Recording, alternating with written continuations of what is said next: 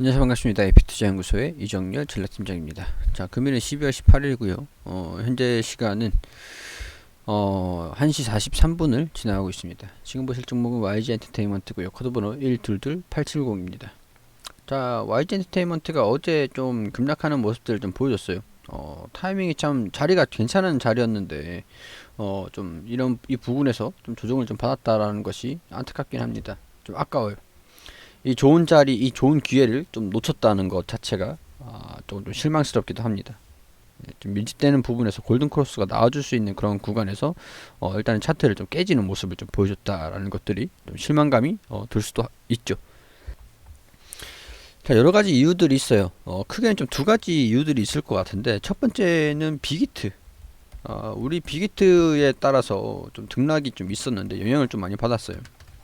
그렇기 때문에 좀 빅히트의 주가에 상당히 좀 예민하게 반응하는 업종 자체의 특성상 한 업종의 악재가 좀 나오면 바이오 같은 것도 좀 마찬가지거든요. 한 업종의 어떤 악재, 특정적인 그런 악재가 나오면 이게 좀 투자 심리 전체적으로 업종 전체적으로 투자 심리에 영향을 좀 미칩니다. 그렇기 때문에 섹터별로 같이 올라가고 섹터별로 같이 떨어지고 이런 모습들을 좀 보여준다는 것들이죠. 엔터테인먼트 같은 것들도 좀 대부분 영향을 좀 많이 미치긴 해요. 자, 빅히트가 어제 블록들이 좀 있었죠.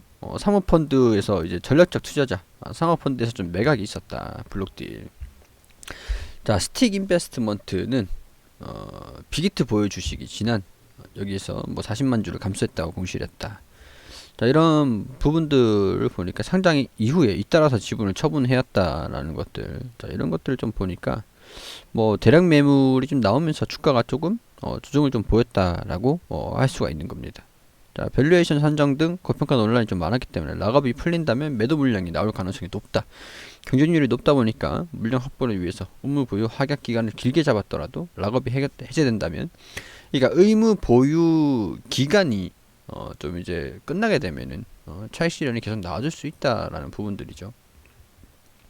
그러니까 뭐 빅히트 같은 경우는 뭐 유통 비율이 뭐 40% 정도 되니까 하락한다고 해봐야 그렇게 크게 얼마나 또 하락을 하겠나, 약간 그런 생각이 좀 들긴 하는데, YG 엔터테인먼트 같은 경우에서는 영향을 좀 간접적으로 영향을 미치는 부분들이니까 주가가 조금 하락하는 모습들 좀 보여줬었죠.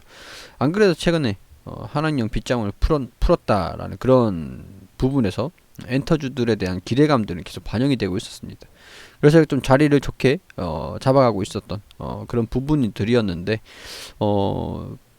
빅히트에 대한 부분들이 아무래도 좀 영향을 좀 미치다 보니까 주가에 이런 부분들이 우려감으로 좀 반영이 된 그런 상황이다라고 말씀을 좀 드릴 수 있을 것 같아요. 자, 그리고 이런 기사가 나왔습니다.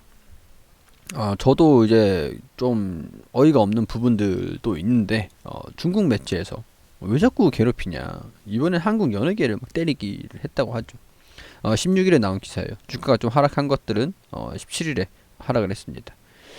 자, 런닝맨 이효리 중국의 마지노선을 건드렸다. 한국 연예계 업계 중국 조정은 문화적 열등감으로 표현하는 거다. 자, 한국 엔터 업계는 중국사의 특성상 한국의 창의성을 추월하기가 어렵다. 자, 대만 문제를 일으키고 이게 국기를 이렇게 런닝맨에서 노출을 했다라는 부분들. 자, 방탄소년단, 한복 김치.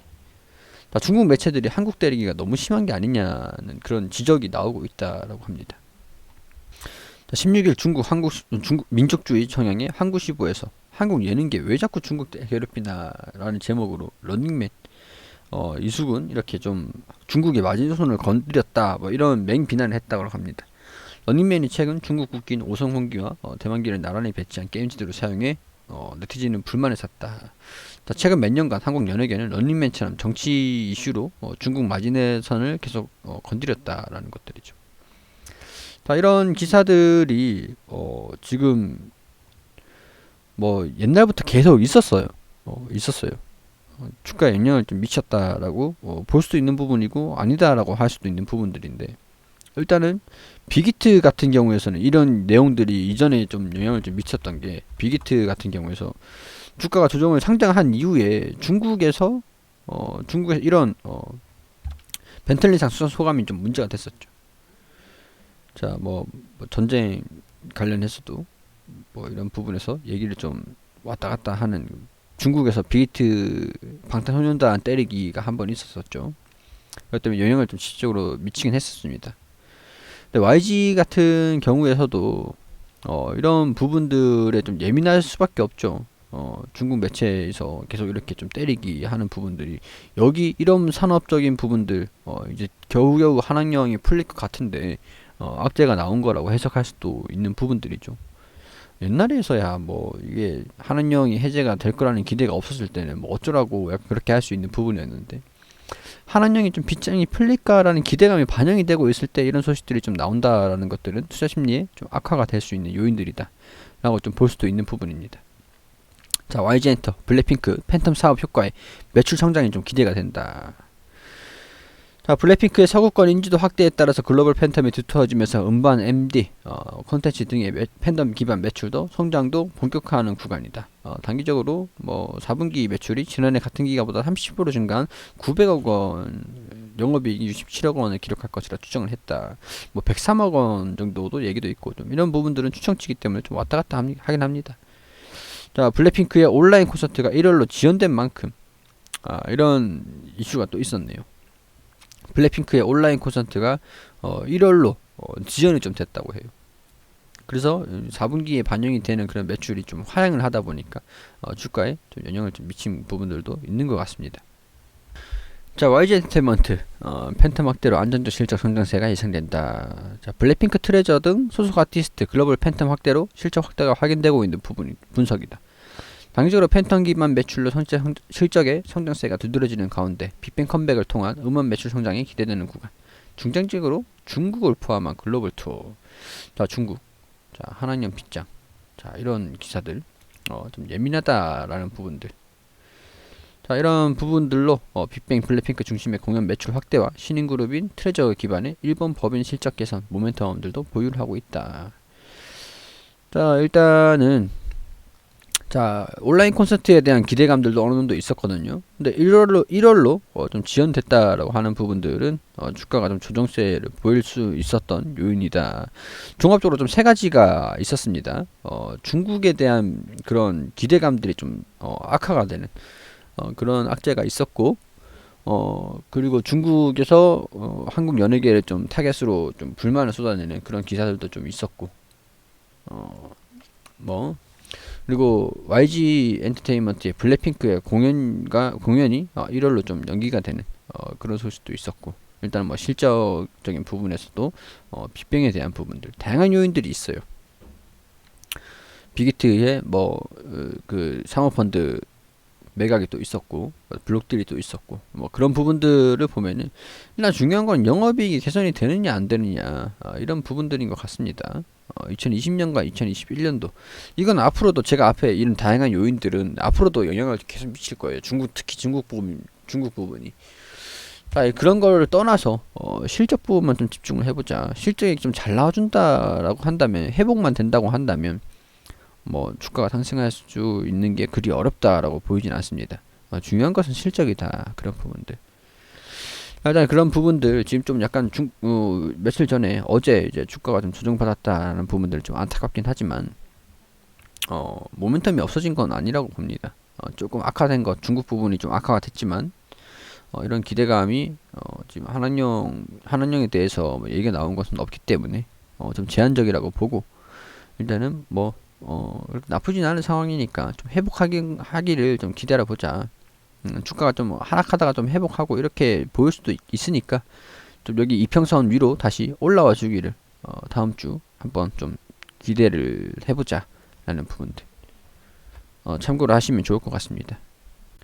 그리고 우리 AP투자연구소에서는 매일매일 종목 추천을 해드리고 있거든요. 여기 검색창에 AP투자연구소라고 검색을 하셔서 들어오게 되시면 상단에 홈페이지로 들어오시면 됩니다.